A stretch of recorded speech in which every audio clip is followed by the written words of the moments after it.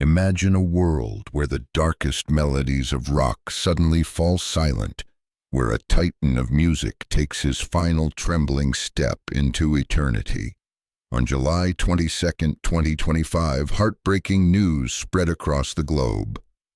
Azie Osborne, the iconic Prince of Darkness, passed away at 76 years old after an unrelenting struggle with Parkinson's disease and a cascade of brutal health challenges. His departure was not merely a loss, it was a wound carved deep into the soul of music itself. One can almost hear the echo of his haunting words ringing now with tragic clarity. The past 4 years have been nothing short of a living nightmare. My body has betrayed me in ways I never imagined.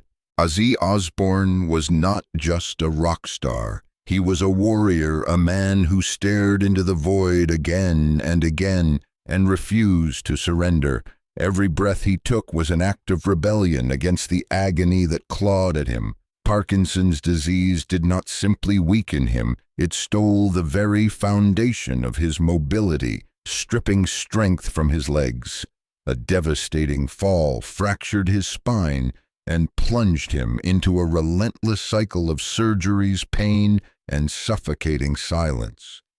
As the world mourned, it became undeniable fate had dealt its cruelest and most merciless blow. Beneath the fearsome mantle of the Prince of Darkness lived a weary spirit, longing for rest, a fighter worn down by battles that never seemed to end. What happened to Azie Osborne goes far beyond a sorrowful biography. It is a gut-wrenching truth that strikes deep, lingering long after the final chord fades. Before the thunderous applause, before the searing stage lights, before his name was etched into the legends of rock, there was only silence. A profound, oppressive silence that seemed heavy enough to crush a child's dreams. That silence hung over a young boy wandering the gritty, desolate streets of Aston in Birmingham. John Michael Osborne did not grow up reaching for stardom. He grew up simply trying to survive. Born in 1948, Azie arrived in a world of scarcity. He lived in a frigid, overcrowded house with 6 siblings and 2 exhausted parents. His father, worn down by the merciless grind of factory work, believed tenderness was a weakness. His mother, drained by endless hours on the assembly line, seldom had the strength for gentleness. Azie, who would later become a global icon, was neither the brightest nor the most talkative. He was the invisible child fading quietly into the background of a struggling household. School offered no refuge. Letters twisted and danced on the page, refusing to make sense. Numbers swirled in a dizzying blur. In the 1950s, dyslexia was misunderstood, written off simply as stupidity. Teachers marked him as hopeless. Classmates mocked him with cruelty, their taunts cut deeper than any blade. The bullying was not limited to words shouted across the playground. It was fists slamming into him in shadowy hallways, knees driving into his stomach, blood smeared against crumbling school walls. And not a single adult ever wondered why. Home was no safer. One day, returning with tears on his cheeks, Azie did not find comfort. He found his father's belt. He was punished not for misbehaving, but for daring to show weakness.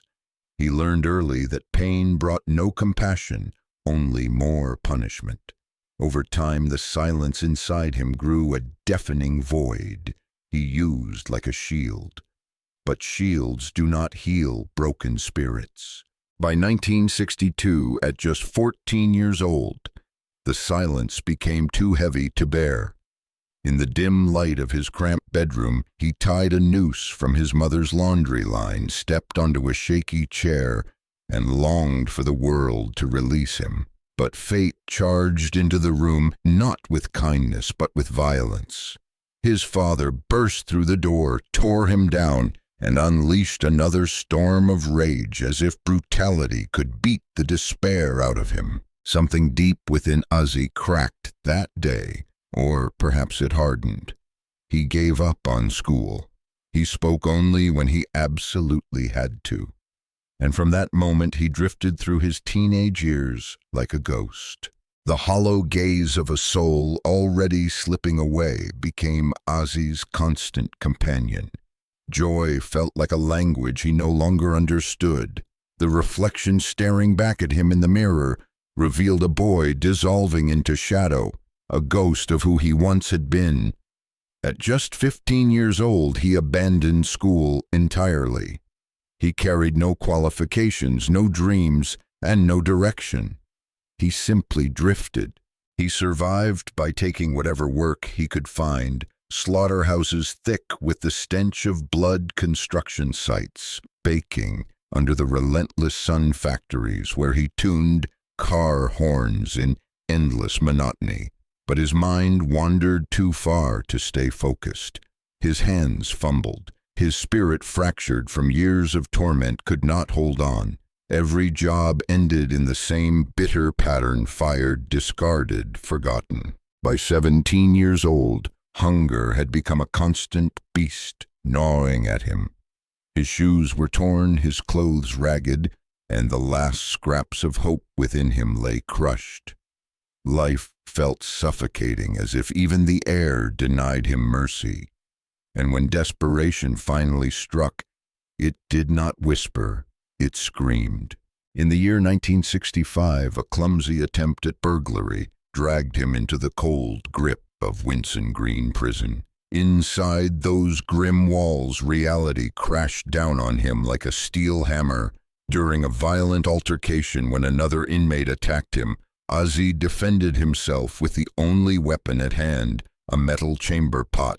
It was not bravery. It was survival on its rawest, most primal level. Even in that abyss, a faint ember refused to extinguish. One gray afternoon, the Beatles' song "She Loves You" drifted through a crackling prison radio. Something inside Azie jolted awake. For the first time in his life, he did not want to disappear. He wanted to be seen, to be heard, to carve his existence into the world. That moment reshaped me, he would later say. I could not play a single note, but I knew the stage was where I belonged. I had to scream louder than the agony inside me. That scream became his lifeline. Not a scream of triumph, not yet, but a scream of survival. In that lonely cell, the boy who once begged the world to let him vanish made a vow he would not fade away. From the gritty heart of Birmingham, a storm was gathering in the soul of a young man society had already thrown away. He would roar with a force capable of shattering silence. He would strike fear, awe, and recognition into the world. He would carve his name into history not through privilege or peace, but through suffering, pain, and sheer will. A legend was being forged, hammered into existence by anguish itself. The shadows of his tormented youth still clung to him when a revelation cut through the darkness. It began once again with a song. Azie Osborne, barely 17 and newly released from Winson Green Prison in 1965, was not chasing redemption. He wandered without purpose, marked by a society that viewed him as insignificant. His 6-week prison sentence for stealing from a clothing shop, an act of desperation rather than malice, offered no wisdom. It only deepened the shame carved into him. He emerged not healed, but further broken. Then, as if by divine chance, a miracle took shape in sound. "She Loves You" played through the tinny speaker of a cheap radio, and for a brief moment the universe split open. It felt like the heavens were speaking to me, he would recall, his voice trembling with memory. This fleeting spark could not erase his scars, but it ignited a fire, a question, a possibility. Could music be his rebellion? He did not know how to play. He had no training, But he felt the urge to create something raw, guttural, powerful enough to drown the pain he carried. Music that screamed louder than his childhood wounds. Music that clawed its way out of him as if it were trying to survive too. In a dim bedroom lit by a flickering bulb, the same room where he once tried to leave this world, a new resolve began to form. 2 years later, in 1968, that inner cry materialized into action. A humble advertisement in a local shop window singer wanted pulled him toward a rundown rehearsal space in Birmingham. There he met 3 others who carried their own battles. Tony Iommi, the guitarist with severed fingertips, but unmatched fury in his playing. Geezer Butler, a bassist whose fascination with the occult shaped their sound. Bill Ward, a drummer whose thunderous rhythms felt like storms trapped in human form. They first called themselves Earth, but after seeing the title of a horror film, Black Sabbath, glowing on a cinema marquee, everything changed.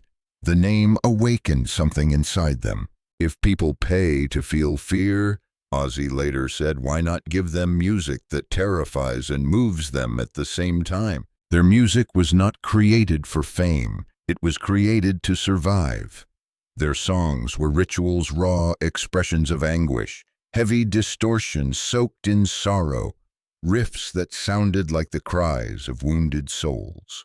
On Friday, February 13th, 1970, Black Sabbath released their self-titled debut album. Critics hated it, calling it repulsive, demonic, unlistenable. But the broken, the lost, the outcasts, they heard the truth in it. They recognized themselves in Azie's voice. His untrained, imperfect, visceral scream spoke for those who had been silenced their entire lives.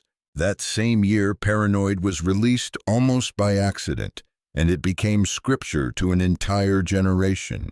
Songs like War Pigs, Iron Man, and Paranoid were not merely music.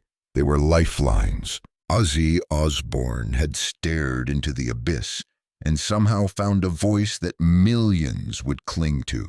And yet, even as his screams reshaped the world of rock, the wounds inside him never truly healed. Emerging from the shadows of despair, Azie clawed his way back into life, defying the abyss with a ferocity that dared the world to strike him down again. I had no idea what I was doing, he confessed in a rare moment of vulnerability, but I knew it had to roar with everything I had.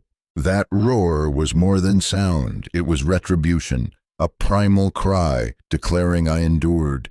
I will not be silenced. He never learned to read sheet music. He never took a single lesson, but he did not need to.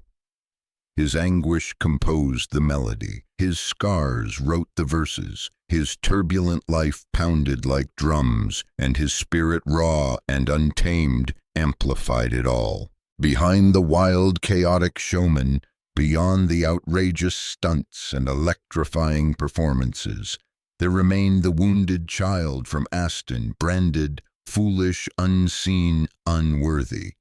That child never left him. But now the entire world was forced to hear the voice he had buried inside for so long. The birth of Black Sabbath was not simply the rise of a groundbreaking sound. It was a reclamation of existence itself.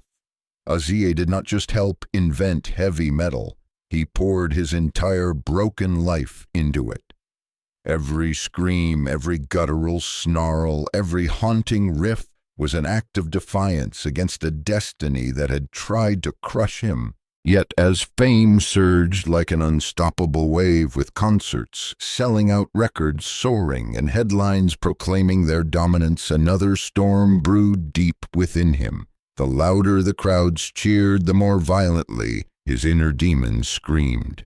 Success could not silence the darkness rooted in his past. It only pushed it deeper beneath the surface. By the mid-1970s, Azie Osborne stood at the jagged peak of a heavy metal triumph. But beneath the blinding lights and deafening applause, his soul quietly fractured. The voice that had once pierced the silence of an entire generation now trembled with unspoken anguish. The struggles he carried from childhood festered hidden beneath the veneer of the Prince of Darkness. On stage, he was unstoppable. Off stage, he was unraveling, haunted by trauma, overwhelmed by the weight of fame, and consumed by a growing dependence on alcohol and drugs. Black Sabbath continued to soar. Their albums, Paranoid in 1970, Sabbath, Bloody Sabbath in 1973, and many others cemented their place in music history. But Azie was fading into an abyss that no spotlight could reach. His bandmates saw the change. Missed rehearsals, slurred conversations, the wild spark in his eyes dimming to exhausted embers. Even his bond with Tony Iommi, once a partnership of creative fire, strained under resentment, frustration, and silence. And then, in 1979, came the blow that shattered him. The band fired him, not face-to-face, not with compassion, not with a final conversation between brothers who had built a legacy together. They sent a messenger. They could not even look me in the eye, Azie later said, his voice heavy with hurt. My own band, the band that was everything to me. Black Sabbath was not merely a career, it was his home, his refuge, the only place where his chaos felt like purpose. And now, stripped of that sanctuary, he collapsed inward. He retreated into a hotel room in Los Angeles, closed the curtains and shut out the world. Days blurred into nights. He drowned himself in alcohol, numbing his existence until he felt nothing at all. I just sat there, he confessed. I dulled myself until I disappeared. Did I think I would vanish into that silence? To the world, he was still Azie Osborne. Inside that dark, suffocating room, he was a ghost of himself again. A whisper of the lonely boy he used to be. A man broken by success, broken by loss, and broken by the return of the demons he thought music had slain. His story could have ended there, but it did not. As the shadow of his former self lingered, Azie Osborne became little more than a whisper, a fading echo of the titan who had once taught the world the raw power of a scream. His voice, trapped somewhere deep within, felt imprisoned. His spirit, bruised and directionless, drifted in a haze of alcohol and despair. Yet legends do not simply disappear. They are reborn in the ashes of their own destruction. In the darkest depths of Azie's collapse, as he sifted through the ruins of his broken identity, a flicker of hope emerged. Sharon Arden, the daughter of Black Sabbath's former manager, saw something in him that he could no longer see in himself. She looked past the wreckage, past the chaos, and saw a man with unwritten chapters still inside him. With fierce determination, she pulled him out of the abyss. She told him with a conviction sharp as lightning, "You were the heartbeat of that band. You can rise again alone, but unstoppable." Her belief struck him like a resurrection. A dormant spark ignited. And then came Randy Rhoads. Randy, a young guitar prodigy with an ethereal blend of precision, discipline, and emotion, did more than join Azie's new band. He saved him. His guitar did not merely play notes. It sang, it mourned, it soared with a beauty that felt almost supernatural. To Azie, Randy was not a collaborator. He was a guiding light, a brother in spirit, a beacon cutting through the chaos. Together, they created Blizzard of Oz, released in 1980. It was not born from triumph, but from survival. Songs like Crazy Train were not mere tracks. They were declarations, battle cries, proof that Azie Osborne was not finished. I was spiraling, Azie admitted, lost in chaos. But somehow, I kept going. Their creative bond was profound, almost sacred.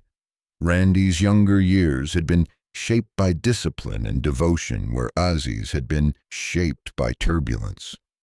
Randy's artistry was like a flame burning in a glass lantern, steady, honed, intentional. Together they were not merely making music, they were forging a sanctuary. When they released Diary of a Madman in 1981, it was more than a follow-up. It was a manifesto, a roar of defiance, proof that Azie, once cast aside as broken, had resurrected himself with fire and fury, and Randy had been the architect of that rebirth. Azie often described Randy not just as a guitarist, but as a confidant, a younger sibling in spirit, the person who kept him anchored when despair threatened to pull him under. On stage, their chemistry was electric, Azie wild and chaotic, Randy graceful and otherworldly. Off stage, they shared laughter, deep conversations, and a mutual respect that ran far deeper than fame. Azie remembered a quiet wisdom in Randy, as if he sensed his time would be short, and poured every ounce of his soul into each performance. Their collaboration carried an unspoken urgency, a silent understanding that such brilliance was fleeting. But no storm lasts forever, and on a calm morning in March of 1982, fate struck with merciless cruelty. While on tour in Florida, the band stopped at a large property owned by their bus driver, who also happened to be a licensed pilot. Sitting on the property was a small private plane, a temptation too strong for the driver to resist. He suggested a quick flight. Randy Rhoads, curious and adventurous, but quiet by nature, agreed. So did the band's makeup artist, Rachel Youngblood. It was meant to be a brief, harmless trip, a moment of lightness. Azie stood on the ground watching the plane take off, 2 smooth loops in the sky. And then on the third pass, disaster struck. The wing clipped the band's tour bus. In a split second, the plane spiraled violently and exploded into a fireball. Randy Rhoads, at just 25 years old, was gone. Azie ran toward the flames, screaming Randy's name until his voice broke. But the inferno only roared louder. He collapsed near the wreckage, trembling, unable to process the horror unfolding before his eyes. Hours passed in shock. Days passed in numb disbelief. Weeks blurred into grief so deep it seemed bottomless. "I lost more than a friend that day," Azie whispered later. "I lost my spirit, my muse, my will to go on." The world had taken Randy from him, and with him a piece of Azie's soul. Even Sharon could not reach him at first. Their home fell silent, their laughter vanished. Every trace of life seemed to fade.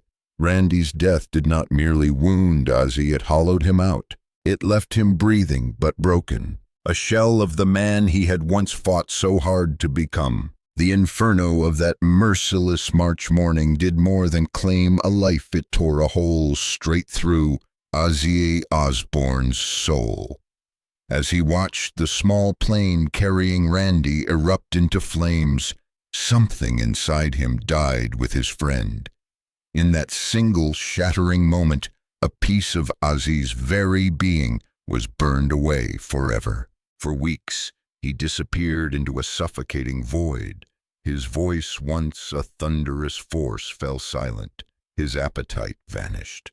The world around him blurred into numbness. He sought relief only in alcohol, drinking not to forget, but to survive the unbearable agony consuming him. Later, with a voice heavy and cracked with grief, he confessed, "Losing Randy was like having my soul ripped out. I did not want to exist. I did not want music. I wanted nothing." This was not ordinary mourning. This was a complete collapse, a paralysis of the heart. Sharon, his steadfast anchor, fought desperately to reach him. Even she, in a moment of trembling honesty, admitted, "I truly feared I had lost him forever." But from the ashes of that desolation, something unexpected began to stir. Slowly, Azie picked up a pen, not to run from the pain, but to honor it, to honor Randy. Each lyric he wrote, each scream he forced from his throat, became a sacred offering to the friend he would mourn for the rest of his life. The pain never loosened its grip. It never truly left him. But Azie understood now he had to continue. He had to carry the music forward for Randy's sake, if not for his own. Every performance afterward bore the weight of that legacy. Every note trembled with memory. Every scream carried the echo of a life extinguished too soon. He was not healed, but he was moving. And for Azie Osborne, that movement, no matter how small, was evidence that he was still alive. But grief is not linear. It twists, it suffocates, it returns with claws. And for Azie, the years that followed Randy Rhoads's death were not a slow climb back to light. They were a free fall into deeper darkness. The 1980s became a blur of clamor, chaos, and emptiness. Each hotel room was another battlefield. Each stage performance was a mask hiding turmoil. He was a legend in the spotlight, eyeliner smudged like war paint, commanding crowds with feral energy. But behind the curtain he was unraveling, volatile, haunted, drifting further from reality. Sharon, his lifeline, fought tirelessly to hold him together. She had saved him once before. She refused to abandon him now. Yet even her boundless devotion struggled to pierce the dense fog swallowing his soul. In a later confession, Azie murmured, "I was not living my own story anymore. I was simply gone." By 1987, alcohol consumed him completely. Pills blurred the boundaries between consciousness and oblivion. He stumbled through life as if guided by darkness alone. And then came the night that nearly destroyed everything. It happened in August of 1989, not in rage, not in deliberation, but in a fog of intoxication and collapse. In a moment he could barely remember, Azie lashed out at the person who had given him everything, Sharon, the woman who had saved his life again and again. "It was not me," he later whispered through tears. "It felt like I was watching someone else, and when I came back to myself and saw what had happened, I shattered. I did not want to live anymore." He was arrested that night, not taken to a prison cell, but into a psychiatric facility, a place of last chances, a place where he would have to confront the wreckage he had become. Sharon, torn between heartbreak and love, later said, "I did not know whether to seek justice or to beg for help. I only knew that something had to change for both of us. Behind those walls, without cameras, without crowds, without the mask of fame, Azie had to face the truth of a life consumed by trauma, the truth of a love nearly destroyed, the truth of a man who no longer recognized himself. He sat alone in silent hallways, staring at the fractured mirror of his life, a stranger to his children, a ghost to himself. How does a man rebuild from such ruins? That was the question that now defined him, and the beginning of the fight for his life. After the chaos of that devastating night, a suffocating stillness descended upon Azie Osborne's world. There were no costumes, no guitars, no roaring crowds, only silence, an aching, heavy silence that felt like mourning itself. Inside the psychiatric center where he had been taken, a counselor looked at him with piercing honesty and asked, "What haunts you the most?" Azie's answer trembled out of him, "That she will leave me, that I have pushed her too far." He feared losing Sharon more than losing his own life. Yet Sharon did not turn her back on him. Weary, exhausted, but unwavering, she returned. She looked him in the eye and said, "I see you, the real you. The man still buried under all this. I know he is there." Her words were not forgiveness. They were a challenge, a call to fight. Each day inside the stark antiseptic walls of that center became a battle not for fame or redemption, but for love. for sanity, for the remnants of the man he still hoped he could be. The detox tore at his body with merciless force. His mind unraveled and reassembled itself in painful loops. Every regret, every misstep, every wound resurfaced like ghosts rising from the floor. This was not healing, this was survival. And somehow, step by step, Azie began to climb out of the pit. When he finally emerged, he was not whole, but he was changed. Gaunt, shaken, shadowed by ghosts, but awake. For the first time in years, he could see the abyss he had fallen into, and the miracle of having crawled back out. Years later, he would reflect, "That was when I realized I could not keep falling and pretend it was flying. I had to choose life or lose everything." But the quiet that followed was not peace. It was the quiet after a storm that warns another might come. Azie stood at the edge of the shattered life he had created, questioning if anything could be salvaged. In 1989, after the night that nearly cost him everything, he was placed not in a jail cell, but in a psychiatric hospital, a place for the broken, the lost, the desperate. There, no music played, no spotlights blazed, no fans screamed his name. There was only a man drowning in shame, lying in a narrow bed, silent for days. His iconic voice, once a roar, reduced to a faint whisper. And yet in those muted corridors, hope lingered. Sharon visited him again, not out of duty, not out of obligation, but because she still believed he was worth saving. She later admitted there was still a light in him, hidden deep, but I felt it. Inside that facility, Azie confronted himself more brutally than he ever had before. Detox blazed through his bloodstream, burning away not only toxins, but illusions, forcing him to face reality without the numbness he had relied on for so long. Every demon, every failure, every wound was dragged into the light. And through the torment, he continued. Shaky steps, slow breaths, but steps nonetheless. Not healed, but conscious. Not redeemed, but fighting. And then, with a courage he did not yet recognize, he returned to the one place where he had always told the truth: music. In the year 1990, Azie dared to do the impossible. He returned to the studio, not with frantic chaos as before, but with deliberate, piercing clarity.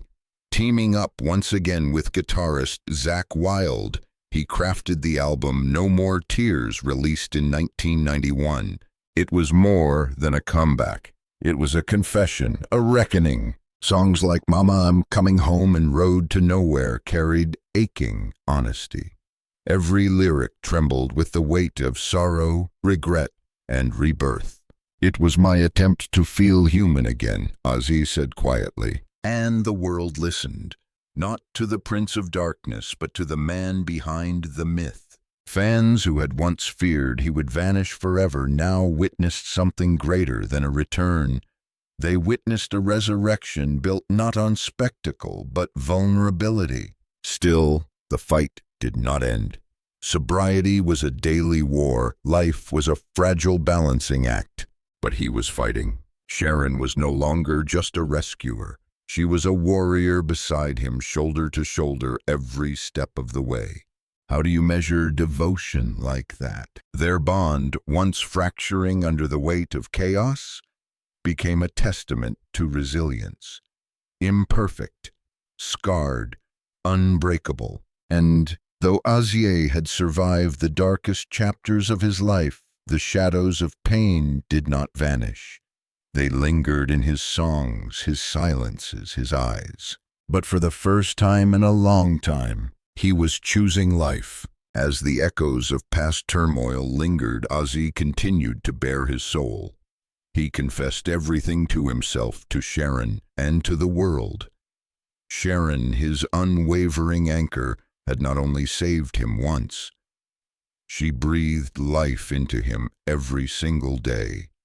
Their marriage, once teetering on the edge of collapse, transformed into a powerful symbol of resilience, a flawed yet unbreakable bond forged through fire. In the early 1990s, Azie threw himself into music with a ferocity that seemed almost fearful, as if slowing down would unravel him again. He toured relentlessly, he recorded tirelessly, and even announced a farewell tour in 1992. But in true Azie fashion, he returned again and again, unable to stay away from the stage for long. For although he had survived the darkest depths, the pain never fully left him. It clung to him like a shadow slipping into quiet moments, haunting his lyrics, lingering in the depths of his gaze. His audience could feel it, the ache behind the spectacle, the wounded heart behind the roar. Because when Azie stepped onto a stage and unleashed his raw, piercing cry, it was not just performance. It was survival. It was a man begging the universe to let him keep breathing. Years later, he would reflect on that era with a heavy heart. I never thought I would make it this far. Every sunrise feels like stolen time, and I am fighting to make it matter. For those who understood his journey, the freezing prison walls, the brushes with death, the tragedies, and the resurrections, his return was more than a comeback. It was a miracle. The Prince of Darkness had stared into the abyss, and instead of surrendering, he clawed his way back into the light, bloody, scarred, but alive. But just as a fragile peace seemed to settle around Azie, life would strike him with a new cruelty. For the next great battle would come not from fame, not from addiction, not from grief, but from his own body. As the 2000 era dawned, a new generation rediscovered his music. His legend resurged, and something unexpected propelled him further into mainstream culture. The Osbournes, the reality show premiering in 2002, peeled back the persona of the Prince of Darkness and revealed something entirely different. A bewildered, comedic, oddly lovable father shuffling around his home in mismatched clothes, arguing with remotes, dodging chaos from his children and pets. The world adored it. Families who had never heard a single Black Sabbath riff suddenly knew the name Azie Osborne. But beneath the domestic hilarity, Azie was aging. His body bruised by decades of physical abuse. Addiction, stunts, and strain was beginning to crack. His joints stiffened, his reflexes slowed, his health grew unpredictable. Then came the day that nearly ended everything. On December 8th, 2003, Azie was riding a quad bike across his estate, a simple, harmless activity. But in a single moment, the machine flipped and crashed down onto him with devastating force. His collarbone shattered, multiple ribs broke, a vertebra in his neck fractured, his lungs collapsed. He stopped breathing. He was rushed to the hospital, placed on a ventilator, and fell into a coma for 8 long, harrowing days. Sharon later admitted, "I thought I had lost him forever. I was preparing to say goodbye." Fans across the world waited in terrified silence, fearing that the man who had cheated death so many times might finally succumb. But Azie had always defied the impossible. Against every medical expectation, he woke up. His eyes fluttered open to the sterile hospital lights. His voice whispered, he survived. Doctors warned him that recovery would take months, perhaps years. Walking, breathing, regaining mobility, none of it was guaranteed. But Azie had never obeyed the rules of fate. He fought. Through agony, through immobility, through rehabilitation that pushed him to the brink.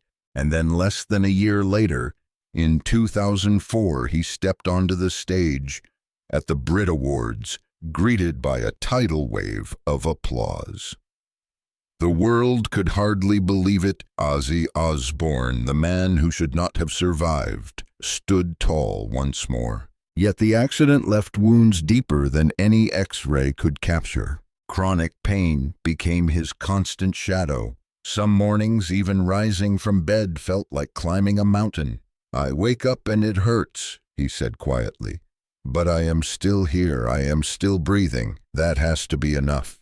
His fire no longer blazed in wild theatrics. It burned in quiet persistence, in the courage to keep moving through pain. He had transformed survival into an art form. But fate was not finished with him, for the cruelest chapter was still ahead.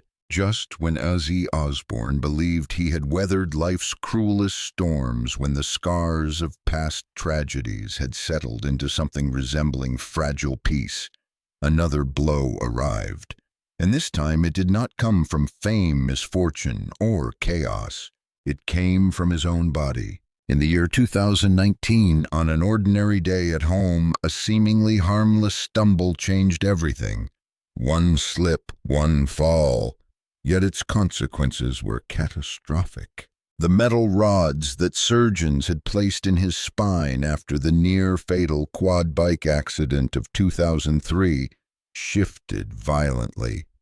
In an instant, he was thrown back into a world of torment, so severe that he later said, "It was the worst pain I have ever experienced." Coming from a man who had survived a lifetime of suffering, those words chilled the world. But fate was not finished. Shortly after the fall, doctors delivered a second devastating diagnosis: Parkinson's disease. This invisible, merciless illness did not strike all at once. It crept slowly, stealing pieces of him, bit by bit, his balance, his control, his mobility, his freedom. The man who once commanded stages with wild energy, the man who once leaped, ran, screamed, and electrified millions, now struggled simply to walk across a room. Tremors found him. His legs betrayed him. His voice, a force that had once shattered arenas, began to fade into a wavering whisper. In a moment of raw honesty, Azie admitted to the world, "I cannot walk properly anymore. I am just wobbling." His confession struck fans with heartbreaking clarity. The Prince of Darkness was not untouchable. He was human, vulnerable, fighting a battle that could not be won with volume or fury. And the cruel truth was that he had hidden this struggle for years. Pain became his daily companion. Exhaustion clung to him like a second skin. Fear crept into his mornings and lingered through his nights. "These past few years have been absolute misery," he murmured in one of his final interviews, voice trembling with exhaustion. Sharon, his eternal anchor, remained by his side. She supported him through every surgery, far too many to count every tremor, every setback, every collapse. But even her boundless love could not slow the relentless march of the disease. And Azie wrestled not only with physical decline, but with guilt. Guilt for hiding the truth. Guilt for worrying the people he loved. Guilt for disappointing fans who had looked to him as a symbol of strength. After he revealed the diagnosis, the world did not turn away. Instead, a wave of compassion rose around him. Fans, friends, and strangers rallied behind him, not as a rock legend, but as a human being confronting a brutal reality.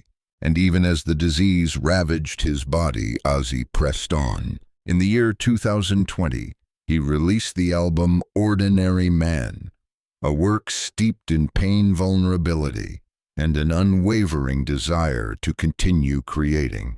It was not merely music, it was a declaration. "I am still here, I still have something to say." Through surgeries, hospitals, exhaustion, and doubt, he refused to surrender. Every step, slow, trembling, supported by canes, was an act of defiance. Every note he recorded was a stand against despair. "I am not ready to stop," he insisted. "I am not ready to silence my voice." And this was the truth of his later years. Azie Osborne was not just surviving. He was fighting. Fighting the body that betrayed him. Fighting the illness consuming him. Fighting to remain himself. In the twilight of his life, he proved a final piercing truth. Legends do not fade quietly. They burn even in their frailty with a light the world cannot forget. In the twilight of his years, as time tightened its grip around him, Azie Osborne revealed a truth that only the bravest dare to face. True icons do not vanish into silence. They continue to echo imperfect human and profoundly real. At 76 years old, the darkness surrounding Azie was no longer theatrical. It was not the stage pyrotechnics, nor the gothic imagery that once defined his legend. It was the quiet, personal struggle of a man fighting time itself. Parkinson's disease, that merciless adversary, intensified day by day. His hands trembled without mercy. His legs, once powerful on stage, wavered beneath him. His voice, oh, that unmistakable voice, became a frail, ghostly whisper of what it once was. Some mornings he stared into the mirror, searching for the man he used to be, only to find a stranger staring back. Yet even then, surrender was never in his vocabulary. "There are days I wake up and barely recognize myself," he said. "But I am still fighting. I am nowhere near finished." His universe shrank, not vast arenas, but hallways fitted with railings, not world tours, but therapy sessions and carefully timed medications. His Buckinghamshire home transformed into a sanctuary of adaptation ramps to replace step supports, lining every corridor, caregivers moving discreetly around him. And yet, even within those protected walls, Azie sought fragments of his former self. On good days, he wandered into the garden, headphones resting gently over his ears as he listened to the riffs that forged his life. Sometimes he ventured into his home studio, no longer to create for the world, but to keep alive the flame that had always burned within him. His wit remained sharp, his humor biting, irreverent, unmistakably. Azie still surfaced in interviews, and though his body faltered, his spirit burned with a stubborn, extraordinary resilience. Could a fire like his ever truly fade? As the world watched him grow more fragile, Azie confronted the idea of death with a disarming honesty. He even joked, "It is just the next gig, only without the hassle of a sound check." Beneath the humor, though, lay a serene acceptance. He had canceled every remaining show, stepping away from the spotlight that had defined decades of his existence. But in true Azie fashion, he refused to let the curtain fall without intention, dignity, and heart. His farewell to the world would not be a desperate cry, but a quiet, powerful exhale. On July 5th, 2025, something extraordinary happened. It was not just a concert. It was a benediction, a final blessing for an entire era. Azie Osborne returned to Birmingham, the city where his myth first began. Surrounded by the original warriors of Black Sabbath, he stepped onto a stage one last time. The event was fittingly titled "Back to the Beginning." More than 40,000 people filled the arena.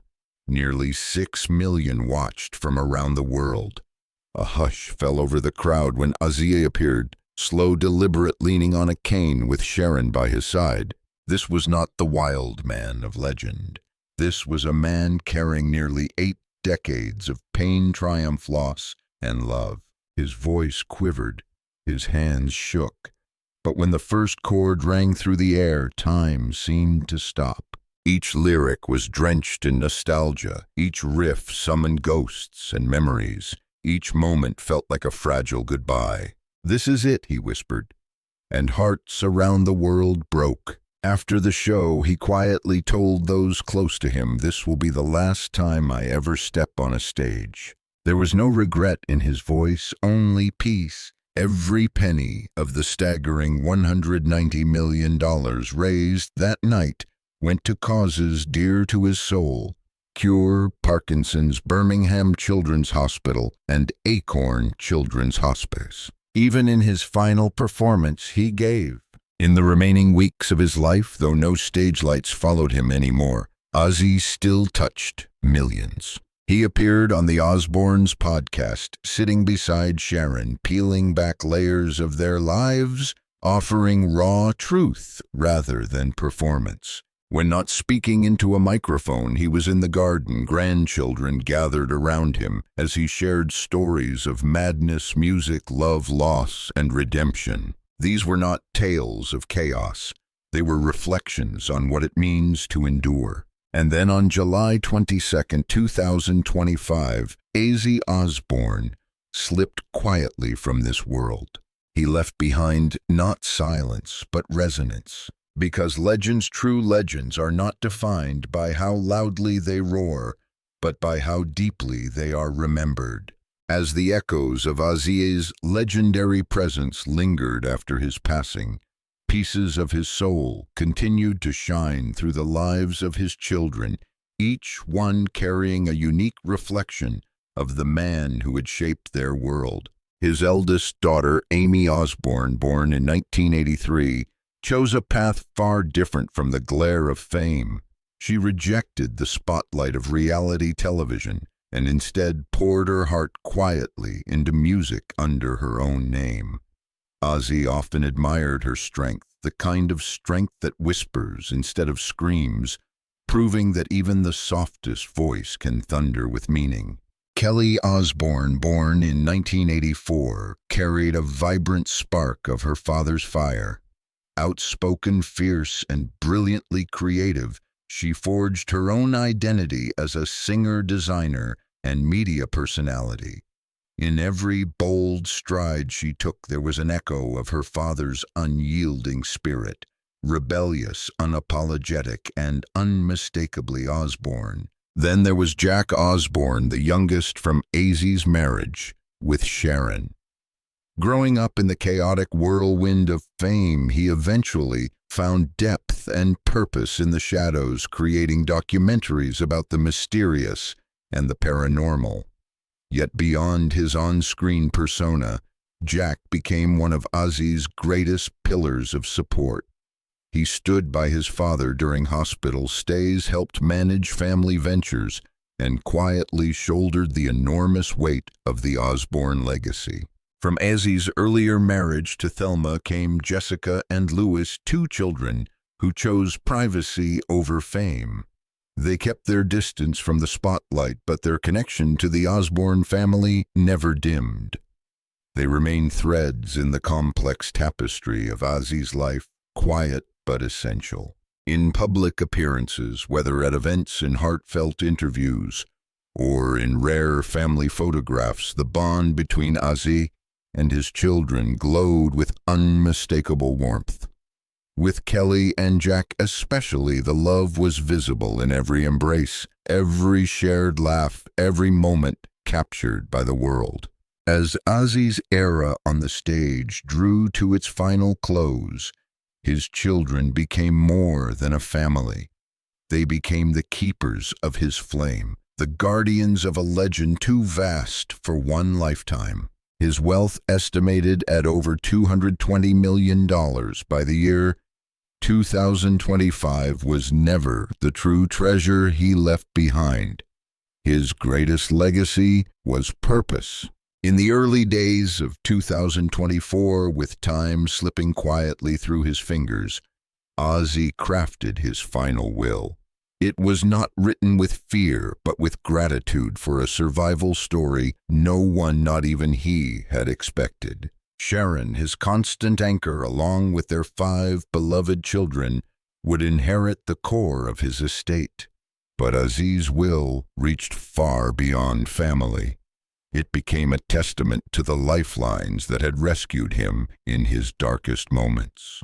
A significant part of his fortune was dedicated to causes that mirrored his deepest scars and greatest loves. Some mental health programs for struggling musicians, addiction recovery centers to help shattered souls heal, educational grants for working-class dreamers who, like him, came from nothing. animal rescue shelters honoring the quiet loyalty of the dogs who had comforted him in lonely, chaotic nights. In a private handwritten note bound into the will, he confessed, "They helped me return to myself. I owe them the rest of who I am." Sharon, with a trembling nod, vowed she would read those words aloud when the time came. His final act of love extended beyond his lifetime. He decreed that royalties from his solo music would continue supporting these causes long after his voice fell silent. "Music saved me," he wrote. "Maybe it will save someone else." Following his second induction into the Rock and Roll Hall of Fame in 2024, this time for his solo career, Ozzy transcended the realm of celebrity. He became something spiritual, something symbolic. His face appeared in urban murals. His riffs blared through headphones on subways and bus rides. His words were quoted in classrooms, inked into tattoos, whispered by fans who found strength in his survival. Because the real monument to Ozzy Osborne was not the awards nor the gold records. It was in the millions of hearts that rose again because he had risen first. The wild, unpredictable madman who once defied every boundary had become a beacon of relentless hope, a warrior who had fought demons within and without, a man who never stopped trying even when everything inside him begged to quit, a legend whose story proved that even the most broken souls can shine the brightest. And so, at last, Ozzy found his peace. No longer battling shadows, no longer fighting a body that betrayed him. He stepped boldly into the beyond, leaving behind a world forever changed. His voice, once a roar, now an eternal echo. His legacy unstoppable, his memory immortal. To all who loved him, his fans, his family, his friends, one truth remains: Ozzy Osborne will never truly be gone. After a lifetime of battling demons, challenging fate, and staring death in the eye more times than anyone should, Ozzy Osborne finally found peace in eternal rest. No longer did he fight the shadows that crept into his days. No longer did he wrestle the pain that had become a constant companion.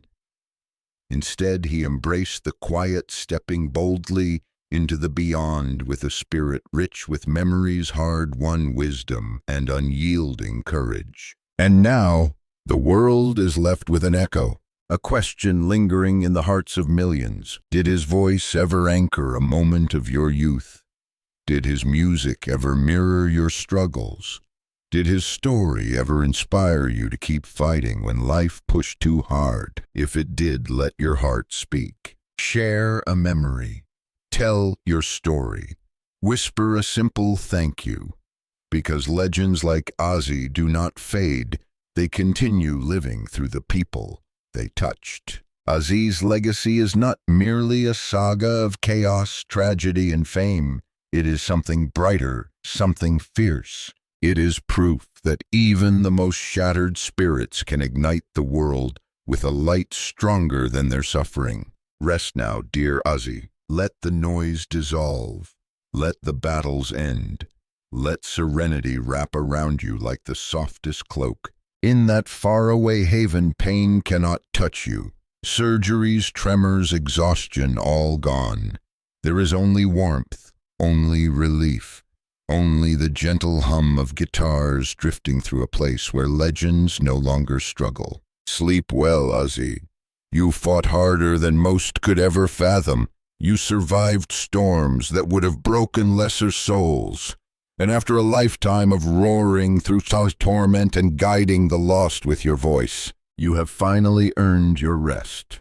To everyone who has followed this journey, thank you from the depths of our hearts. Your presence means everything. Please share your thoughts below, like the video, and help this tribute reach others who carry Ozzy Osborne in their memories. And if his story moved you, inspired you, or stayed with you, Hit that subscribe button so together we can honor the indomitable spirits who shape our world. Because Azie Osborne may have left this life, but his voice, his fire, and his courage will echo forever.